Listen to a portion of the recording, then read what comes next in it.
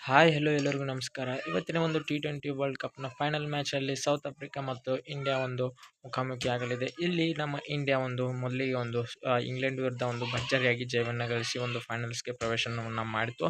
ಹಾಗೆ ಸೌತ್ ಆಫ್ರಿಕಾವನ್ನು ಕೂಡ ಒಂದು ಫೈನಲ್ಸ್‌ಗೆ ಪ್ರವೇಶವನ್ನು ಮಾಡಿದೆ. ಇವತ್ತು ಒಂದು ಸಂಜೆ 8 ಗಂಟೆಗೆ ಅಂದರೆ ರಾತ್ರಿ ಟೈಮ್‌ನಲ್ಲಿ ಒಂದು 8 ಗಂಟೆಗೆ ಒಂದು ಟಿ20 ವರ್ಲ್ಡ್ ಕಪ್‌ನ ಒಂದು ಫೈನಲ್ ಮ್ಯಾಚು ಪ್ರಾರಂಭವಾಗುತ್ತೆ. ಇದರಲ್ಲಿ ನಮ್ಮ ಇಂಡಿಯಾ ತುಂಬಾನೇ ಒಳ್ಳೆ ರೀತಿಯಾದಂಥ ಪ್ರದರ್ಶನವನ್ನು ನೀಡಬೇಕಾಗುತ್ತೆ. ಯಾಕಪ್ಪ ಅಂದರೆ ವಿರಾಟ್ ಕೊಹ್ಲಿ ಅವರು ತಮ್ಮ ಒಂದು ಅತ್ಯುತ್ತಮವಾದಂಥ ಒಂದು ಪ್ರದರ್ಶನವನ್ನು ನೀಡಬೇಕು. ಹಾಗೆ ರೋಹಿತ್ ಶರ್ಮಾ ಅವರು ಕೂಡ ನೀಡಬೇಕು.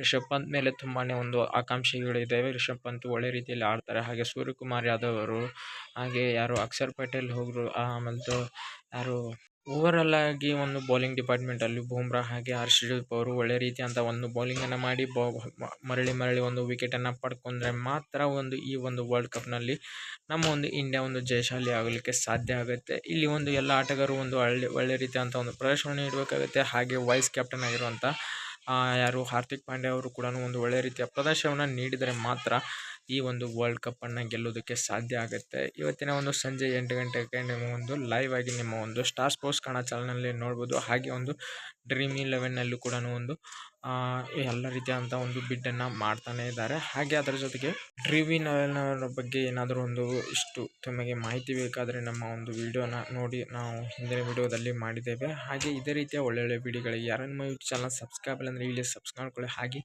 ಈ ಒಂದು ವಿಡಿಯೋಗೆ ಲೈಕನ್ನು ಕೊಡಿ. Thank you so much friends. ವಿಡಿಯೋನ ಎಲ್ಲಿಗೆ ಮುಗಿಸ್ತಾ ಇದ್ದೀನಿ.